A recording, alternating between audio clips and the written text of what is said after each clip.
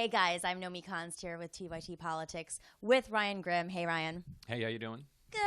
We're here in DC talking about the Comey hearings. Ryan, you were paying attention to it closely, watching it all day. I guess my first question is, and I encourage you guys to shoot us questions at TYT Politics at facebook.com/TYT Politics. We'll be answering your questions live, watching it on Facebook Live and YouTube Live. My first question is, how did these hearings even come about? Like, how do you get to this point, and what really is the purpose of them? Right. So this particular committee is used to operating in secret. They have executive sessions where they're talking about classified information behind a bunch of lead walls where nobody can listen into them.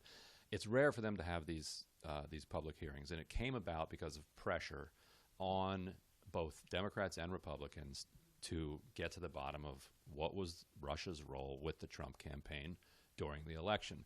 So rather than an investigation, this is kind of a thing they do to stave off an investigation. In other words, they figure, okay, if we have this public hearing and we talk about this in public, maybe then the pressure around it dissipates a little bit, and then we don't have to push forward with an independent counsel who's going to have subpoena power, who's going to do a real investigation.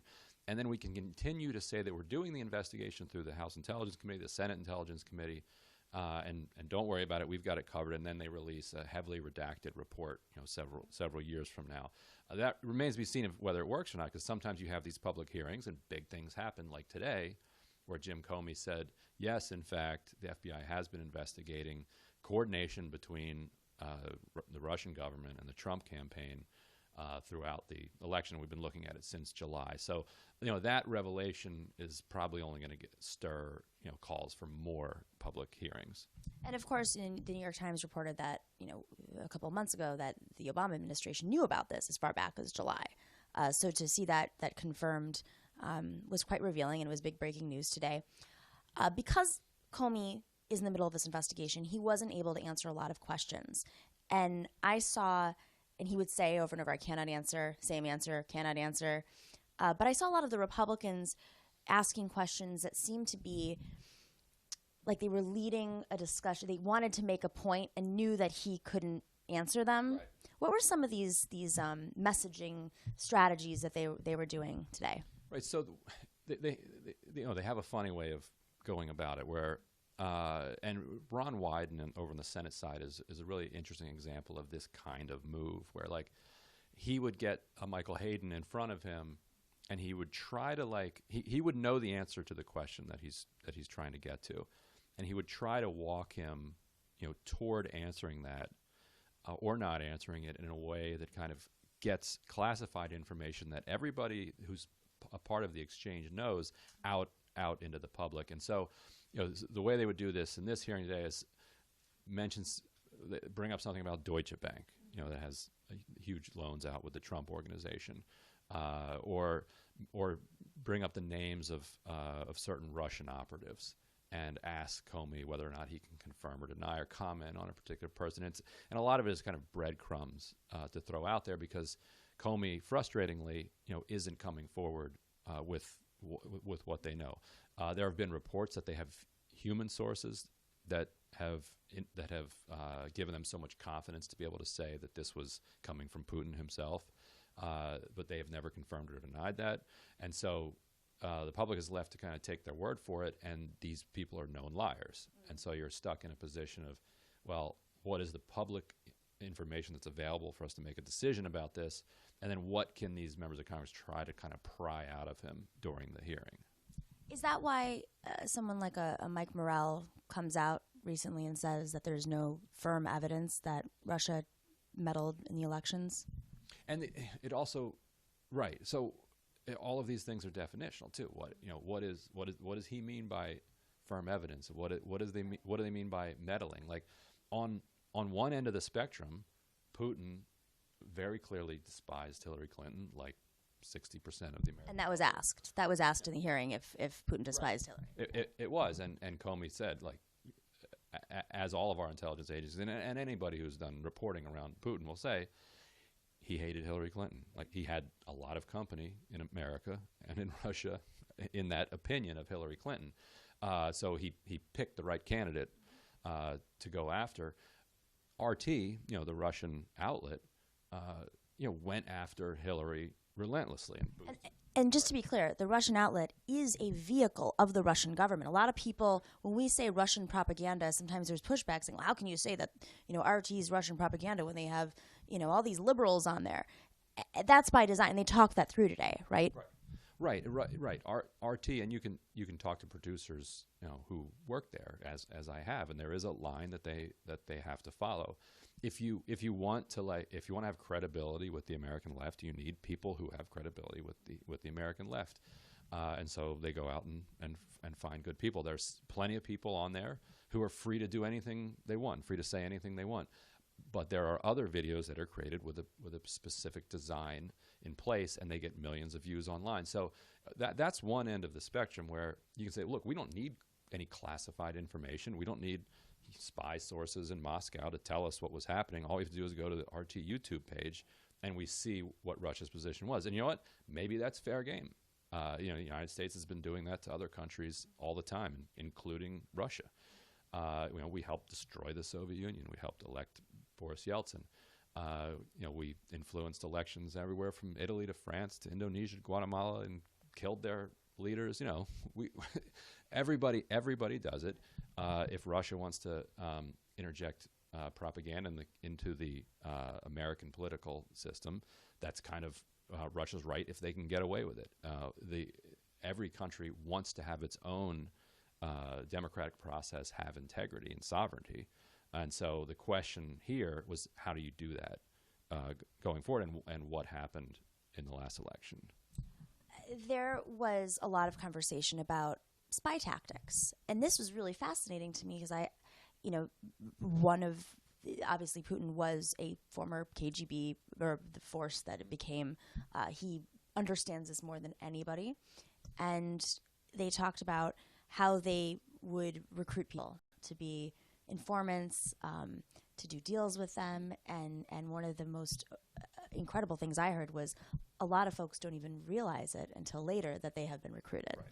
And the first thing I'd say on that, from intelligence sources that I've talked to, they have said, and this doesn't come from anybody on the Russian side, this is not their analysis necessarily, but they have said, if I were going out to try to deal with Donald Trump, I would classify him as what they call unrecruitable. In other words, he's such a maniac and so unpredictable and irrational that you can't get anything on him that's going to get him to be able to be blackmailed. He. So that video wasn't enough. Even the video, he's like, "Hey, I'm a germaphobe," and for somebody who is as narcissistic as he is, and craves attention, he doesn't mind if the attention is negative. Like, it bothers him in the sense that he lashes out, but he loves it. Like, he needs it, and he has said before that. He has publicly said this, that he loves press about him, even if it's negative. And so when you have somebody of that level, it's very difficult to kind of blackmail them. Now, I think somebody like that, you could bribe them. You could get them to do things that way. You can also influence them with a circle of advisors.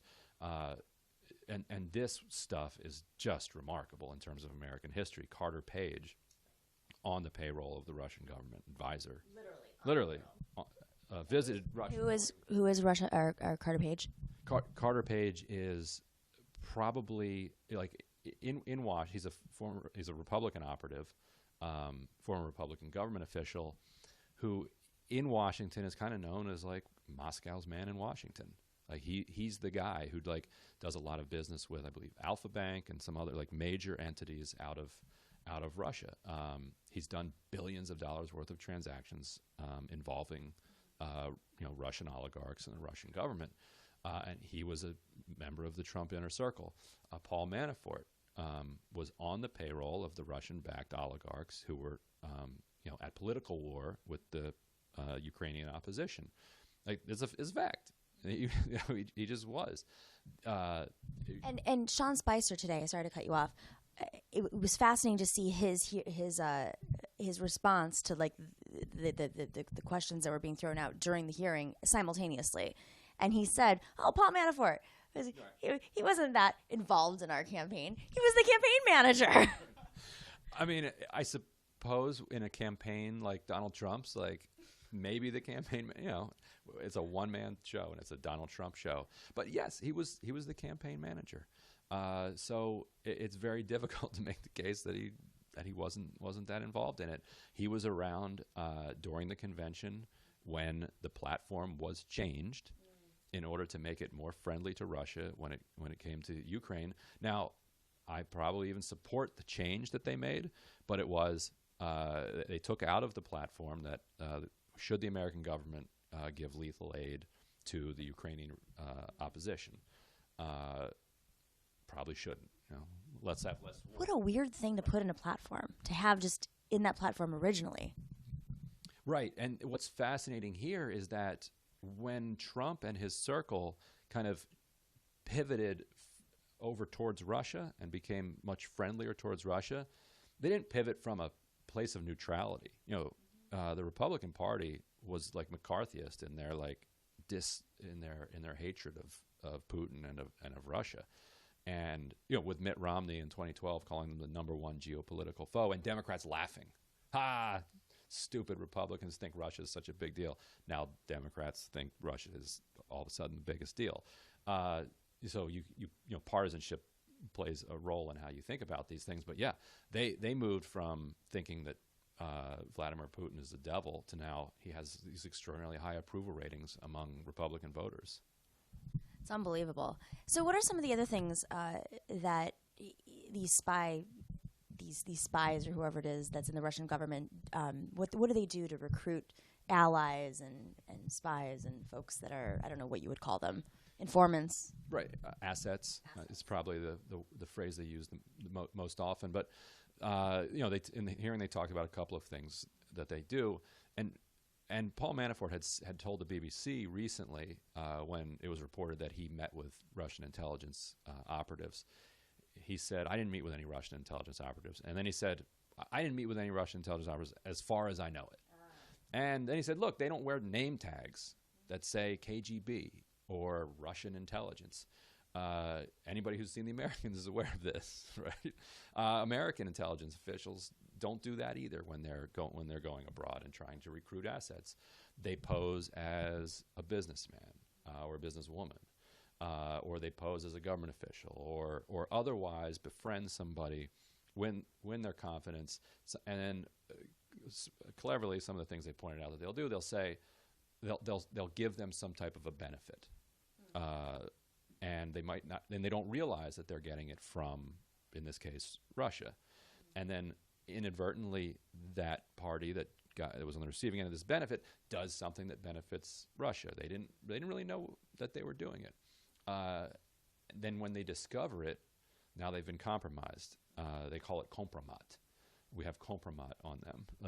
They have a word for it. We call it shit, I guess. We have shit on them. Yeah, we got shit on that guy. They call it compromat. So if they did have a tape of some golden shower type thing, like that would be compromat if he actually cared, which we don't know about. So you do both ways. You kind of offer a little bit of a bribe that they don't know is a bribe that they accept. Now they've accepted it. Now they're in. And now if they get exposed, everything that they hold dear starts to unwind. The other thing is would be with prostitutes or some other way of like getting them in a compromising situation and then showing them that they have evidence that they're compromised, and then saying, here, do this, do that. And you always do it. You do it all slowly. You kind of move people very slowly from one place to another.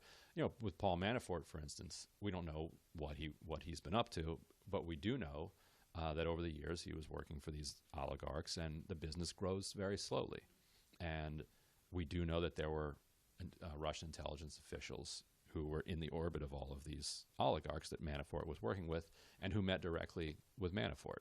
So we don't know what they talked about. We don't know that it mattered in the end for the campaign, but we do know that this existed. And it was stated at some point in the hearing that Putin does like to do deals with business leaders rather than politicians abroad when trying to infiltrate a government some way. And that was an interesting point. Right, and to restate it, Putin likes people like Rex Tillerson to be head of the State Department rather than somebody like Bolton. Now, so do I. Like, if I had to choose between those two people, you're less likely to get a global war with somebody like Tillerson. So to the extent that Putin's love of business leaders in these positions of power allows the world to stave off another world war for longer, great. What it also does is it elevates inequality, it exacerbates global corruption, because the deals that he's talking about striking are not the kind of deals that are benefiting the working people of the world.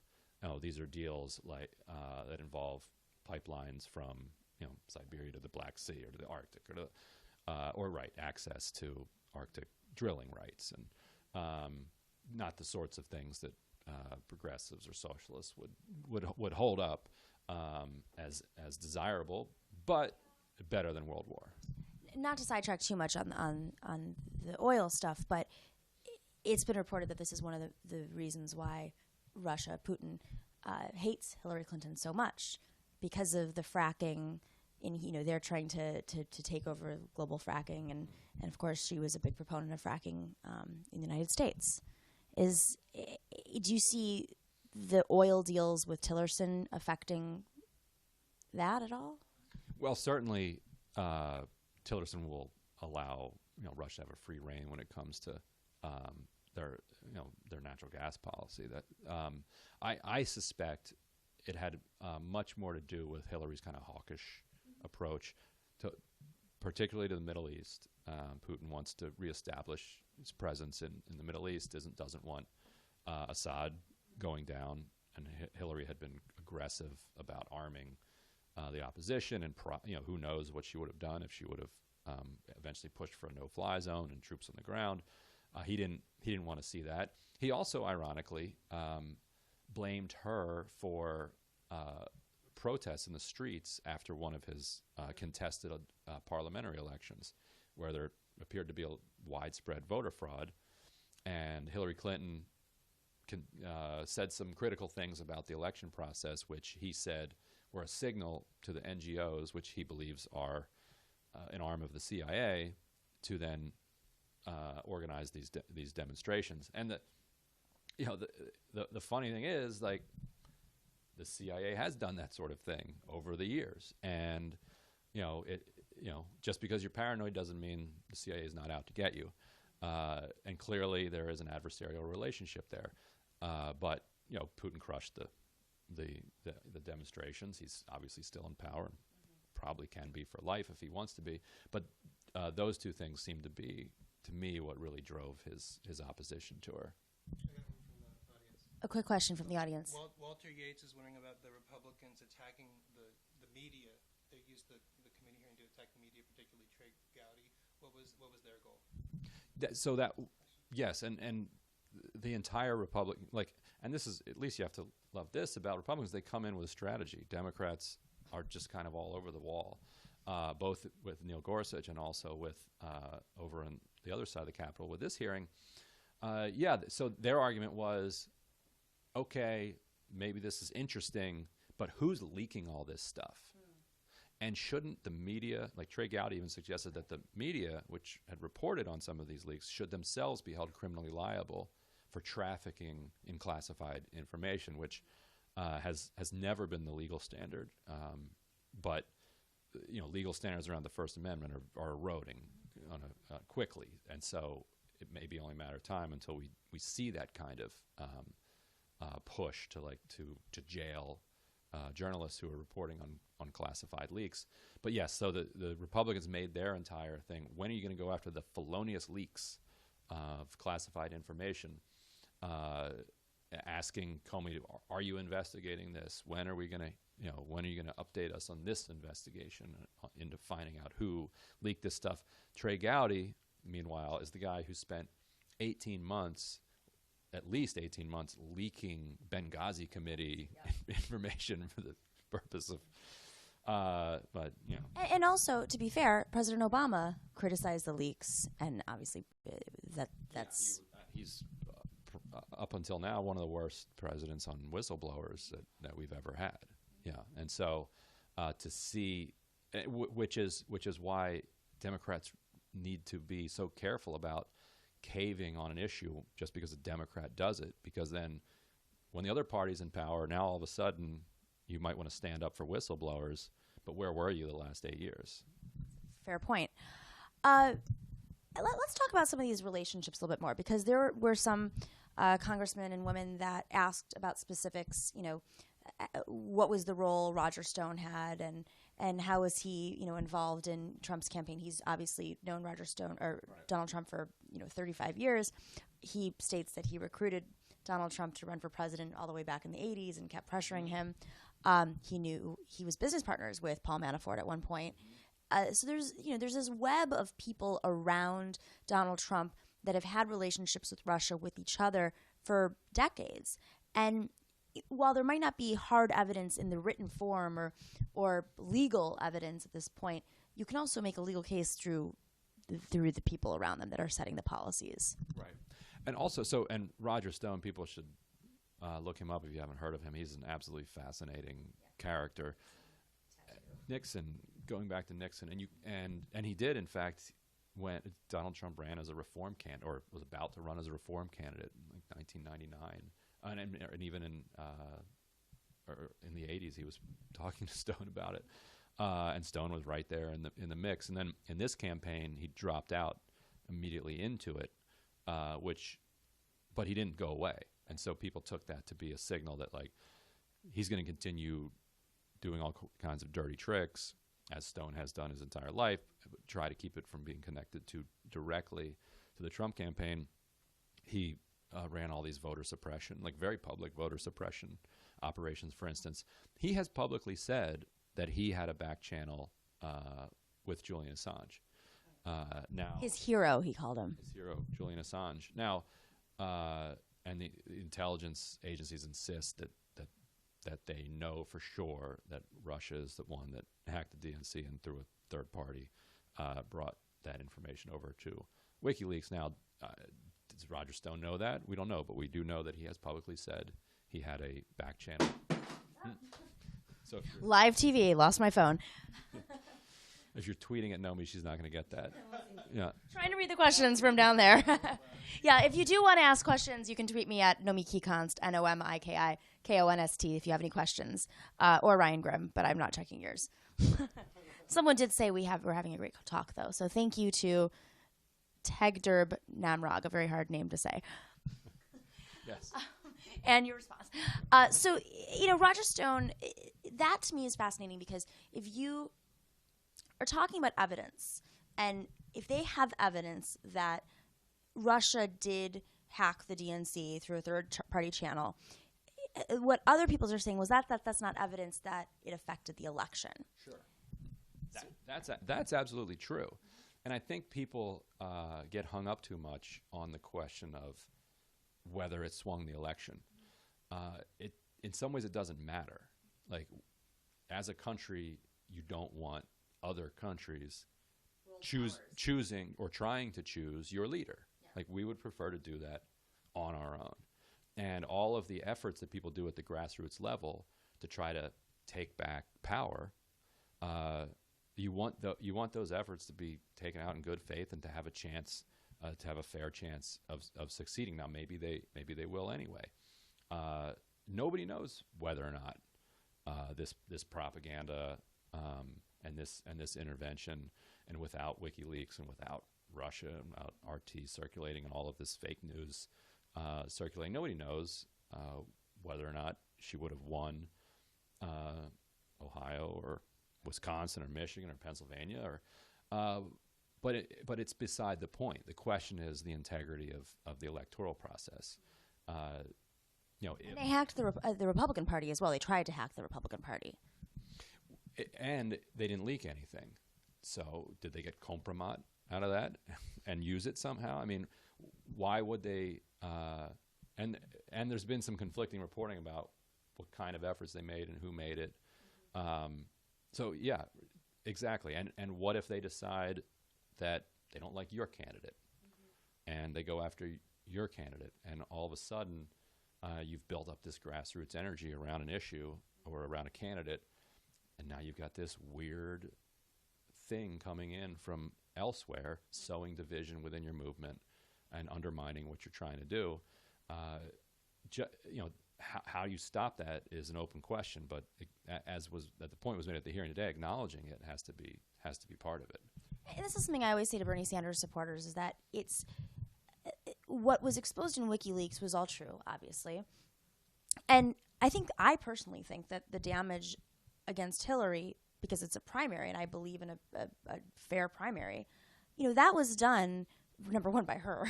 And number two, it was done well before the WikiLeaks was even released, which was right around the convention. So I'm not sure if that kind of damage would have affected, who's to say what affects the general election, but for, the Hillary people to be attacking Bernie people who believe in WikiLeaks and may not trust the Russia story, it's becoming a political game of football. That doesn't mean that the Russia story is not true. Right. The Democrats are using it as an excuse to absolve themselves of any responsibility in failing in the election, which could have thrown the election to Trump, and probably did. But that doesn't mean that Russia is not a real thing. Right, and the even bigger irony probably is that James Comey, if you look at all the data, appears to have thrown the election. And so, he has his own reasons to be so interested in elevating Russia as an issue here. 12 days before the election, he puts out this letter saying, we're going to look into Anthony Weiner's laptop, and who knows what we're going to find. Anthony Weiner really screwed up our election. He did. And if Comey knew anything about how email works, and this is a sidetrack, but there aren't extra emails on a laptop that don't exist somewhere else. Email is a software that exists up in a cloud. Like these are not letters. Yeah. It's not like you found a shoebox. And so, of course, everything they found was a duplicate. And so then a couple weeks later, they come out and say everything we found was a duplicate. Never mind. Both those announcements by Comey moved people in Trump's direction. If you look at the polling, she was up roughly 6, came down, won by about 3. If she wins by 6 nationally, then she wins Michigan, she wins Wisconsin, she wins Pennsylvania, because she lost those by 5-figure. Not to get into the semantics of all this, because it was not even this, just the details of the. I think the reason why he brought up those emails was because the first set of emails was provided by the Hillary campaign, meaning they scrubbed them first and then provided it based on their own terms, and he had the original batch. Yeah, fair enough. Just being fair there.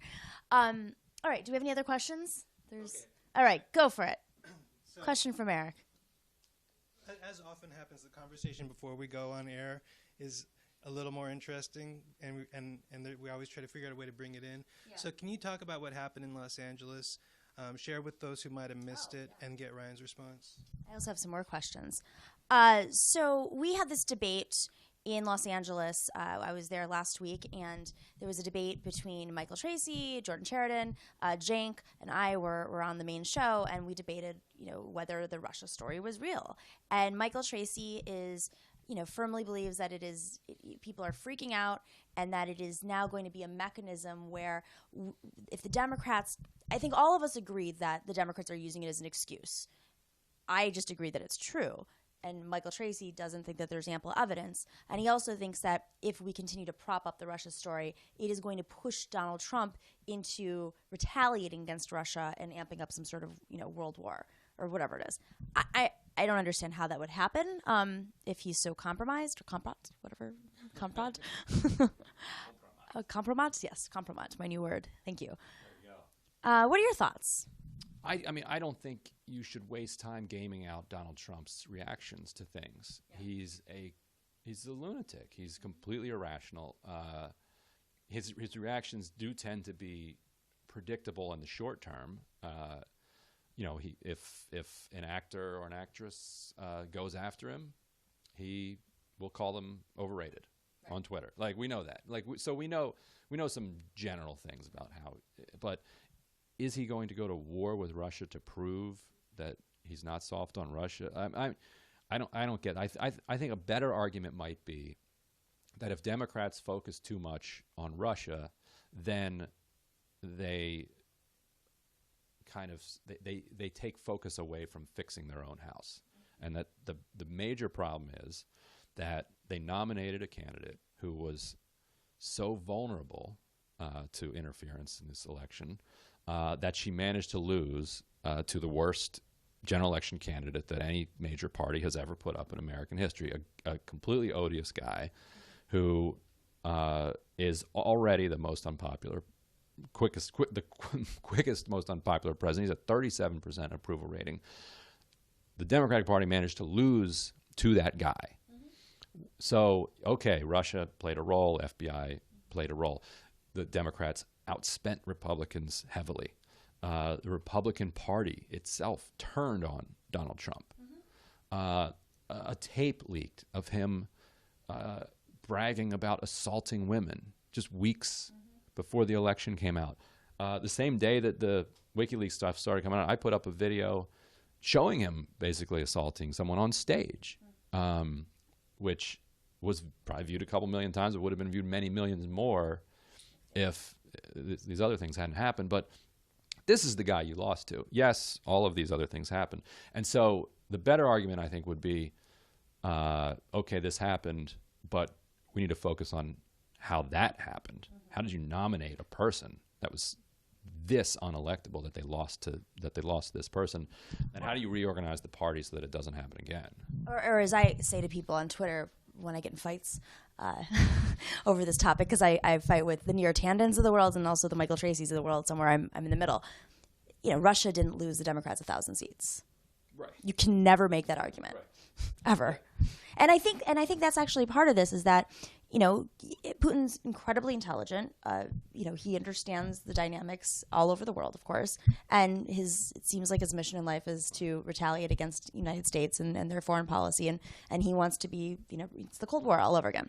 So to see if anybody studied census reports and voter turnouts and where people were registering to vote and trends happening in America and media trends, they would know that the Democratic Party was divided. They would know that young people and those under 45 are registering as independents. Most people are registering as independents now. They've lost, you know, turnout is low. The message has not been about the middle class. There's a shrinking middle class. All these things are prime for, you know, it's a transition. And so for Russia to come in and try to infiltrate when we're in a transition point, which means we're weak, especially the party, you know, it seems like it was made for this type of scenario. Yeah, and I think, and somebody can correct me on this online, but I think Orwell said this. He said a sign of intelligence is being able to hold two competing thoughts in your mind at the same time. I don't know if it wasn't Orwell, somebody like that who says quotable things. So there's two competing thoughts going on here at the same time. One, Democratic Party was a dumpster fire, and still is, and needs to be kind of taken over and reformed. Russia is an adversary of the United States and wants to interfere in the democratic process to make the country weaker so that it can be stronger. He is a kind of a neo-fascist, authoritarian autocrat who does not wish the people of America well. Those two things can both be true at the same time, and you have to be able to deal with both of them. And so conceding and admitting that one of them is true doesn't mean that your commitment to the other is any less, but there could be a risk that you try to paper over the problems by focusing too much on the Russia issue. And of course, there's the other argument that why should we believe this without the specific evidence, just the way that, you know, we rushed into the Iraq War? Right, and I think that's a very good question. I think the public evidence is sufficient to say that Russia attempted to intervene in the election. Like, I think that you can, with your own eyes, never having read a single intelligence report, come to the conclusion that that was Russia's goal just by looking at what they did in public.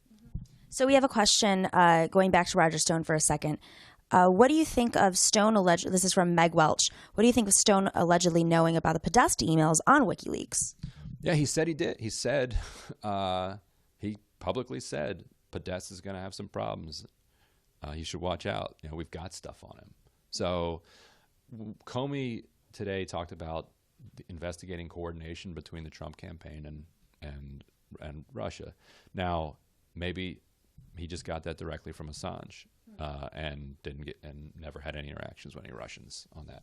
But absolutely, he's publicly said that maybe it was the greatest guess on the planet. But it sounds like he was tipped off that it was coming. Can't somebody just hack Roger Stone's emails? I'm sure his emails have been hacked, actually. Yes. I don't think he cares. Have you seen the stuff he posts? Right. And he is a unique figure in the sense that he will, you can't believe anything he says. Yeah. He will lie about things that are incriminating towards him. Like, he's the only person that I've come across who will actually lie to make their own role in something look worse. It's like if he came out and said, I was actually the one that burned down the Republican Party headquarters in North Carolina in order to spark news reports about violent Democrats, I'd be like, that's interesting. That's a good lead, but I don't know. Let's fact check. Yeah. We need to fact check that. Now he was the first suspect of a lot of people when that happened, because that's the kind of figure he is. But you can't take him at his word on whether he did it or not. Yeah, I've been in debates with a few reporters about. A friend of mine had just finished up a documentary on Roger Stone. It's going on Netflix in, I think, a couple of weeks. Fun. It's going to be great. And my mentor was Wayne Barrett, who knew Roger Stone for years. And I went to the inauguration with the hidden camera, and I actually walked up to Roger Stone, and I asked him about Wayne Barrett because he had died the day before the inauguration. And, he went off on this long rant about Wayne Barrett and how much he hated him and blah, blah. I've never seen anybody so upset in my life before, like to a rando person that just went up and had a conversation. And we posted that. You can find that on YouTube on the Young Turks. But Roger Stone, when you look at the history of Roger Stone, the debate that I've had with reporters about whether or not this is a Stone type of tactic to, burn down a headquarters or to hire protesters to show up, that violent protesters. He did this, and he wrote about it when he worked for Nixon. Like, that was part of his dirty tricks. So, at what point, okay, there's nobody else in politics who does this to this level except for Roger Stone, and his fingerprints are all over it. At what point is that not evidence enough? Right. It's probably not enough, but it's I mean, who else does it? It's definitely evident. It's definitely evidence and definitely points in that direction. I can't wait to watch this documentary. He is a unique figure in American politics. Just a complete. I don't even know. There aren't words for the kind of stuff that this guy does. And he's out on a book tour now, so he's saying all kinds of crazy stuff to get his. He was on Instagram earlier today, and I want to pull it up if I can, because it was such a Roger Stone kind of misleading thing. There's this chart. Go to Instagram and look up Roger Stone Jr. Don't follow him though. Don't feed his ego. There's a chart of who paid the most federal income tax and the least, and he takes Trump, Kerry, Bush, Obama, Romney, and Sanders all in different years. And compares how much they paid in taxes and hashtags the Stone Cold Truth. So Trump in 2005, 25%. Bernie Sanders in 2014, 13.5%. He's good at what he does. I mean, he can be a little too obvious sometimes and get himself in trouble. But he's a great propagandist and agitator. Mm-hmm. One other thing that I found fascinating is, the representative, I can't remember which representative it was talking about all these random figures in like New York political consulting, because these guys have been around, since like the 60s. And there was one person, forgetting his name off the top of my head, who was the campaign manager to Carl Palladino. Do you remember that guy who became Donald Trump's chair for New York? He ran against Andrew Cuomo, and he got a lot of attention. It was the year of the Tea Party, because he was like taking a bat around with him and like threatening Andrew Cuomo with a bat. He's nuts. He also was very racist and sent racist emails out about Obama. But like, to think of his campaign and this guy who was working with Stone and Trump now, the messages have been playing out for like a decade. The birther. It was around the birther time. Do you think that they were, thinking about this 10 years ago with Russia? Because Roger Stone was working with Russia at that point. I mean, that's an interesting point. Both Stone and Trump are instrumentalists. They're like, what do we need to do to get to our goal? Like they are not people who draw ethical lines. Right. That's the biggest understatement that's ever been made. So if they thought that there could be some advantage, then, and you also have to remember that they thought they were going to lose the election, as everybody else did, and maybe even Putin thought they were going to lose the election and was surprised at being successful. And their next plan was to do this Trump TV thing, and my reporting at the time was saying that Russian oligarchs were the ones who were going to throw up a lot of the money for this Trump TV operation. So in some ways, maybe they weren't even trying to win the election with. But then what's the point? What's the point? What's the point of having all these, special, what are they called again? Assets. Assets. Or, oh my God, I'm so not a spy person. Right. What's the point of having all these assets if it's just to build Trump TV? Well, it's a game of odds. You put as many chips as you can out there, hoping that one of them eventually hits. Yeah. All right. Any other observations? The last one would be, when this moves to the Senate, it'll be interesting because the House played this in a very partisan way, with the House Republicans kind of refusing to engage the issue.